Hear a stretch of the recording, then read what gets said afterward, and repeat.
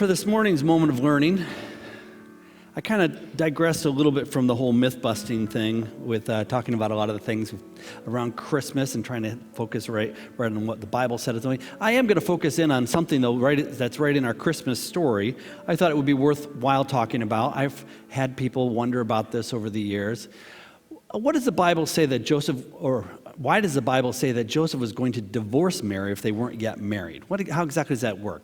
And it's a lot of times translated that a betrothed, and there's other ways to look at it, but I can kind of explain a little bit about what that means and how it makes sense.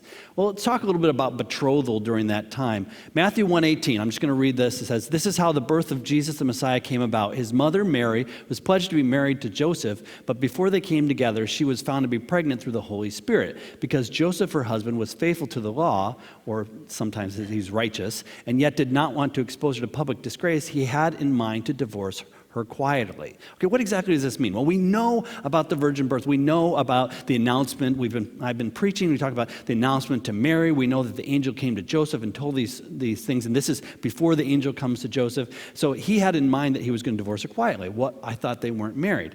Well, betrothal and marriage during that time in the Jewish context were different than we think of it in our society today. Without getting into too much detail, basically from a Jewish perspective at that time, betrothal was actually a contract called a ketubah, or ketubah, a contract signed with the husband and parents of the bride. So it was a contract, and that wasn't all that unusual during that time, but one of the specifics they had in there, this basically made them 100% married in the sense of the word, but without the second phase of consummation. So what happened is they would basically say, you're now married, essentially, but you aren't in the second phase of marriage. So it was a way for them to be able to secure who they would be getting married to, but still have time to be able to get the things necessary, such as money that would be required and so forth, together. Now, I don't need to get into a lot of sometime I'll preach on the whole side of Joseph and some of the things that he did, and it's interesting when you know the details,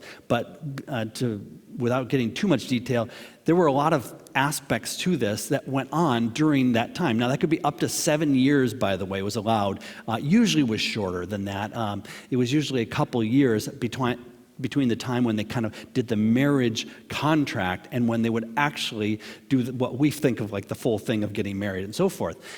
So basically this, and then on that time when the husband had the money together and had ready to buy the house or ready to, that sort of thing, and be able to have a stable marriage, he would go to the father of the bride-to-be or father of the bride and say, okay, let's set the date. And so they would set the date, and then they set that. And then actually the third phase, which I'm not going to talk too much about, is actually the wedding feast, which is a whole nother thing too. So, but that's kind of the family-friendly version right there.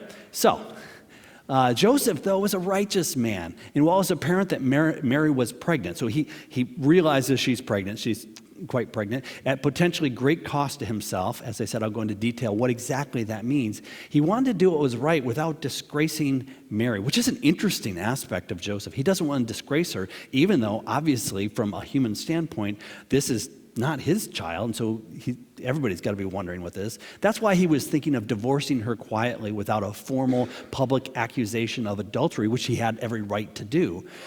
So this latter option would absolve him publicly, and actually had a positive financial implication for him as well, and he chooses not to do that. That's why the angel appears to Joseph as well, to kind of give him a sense of what's going on.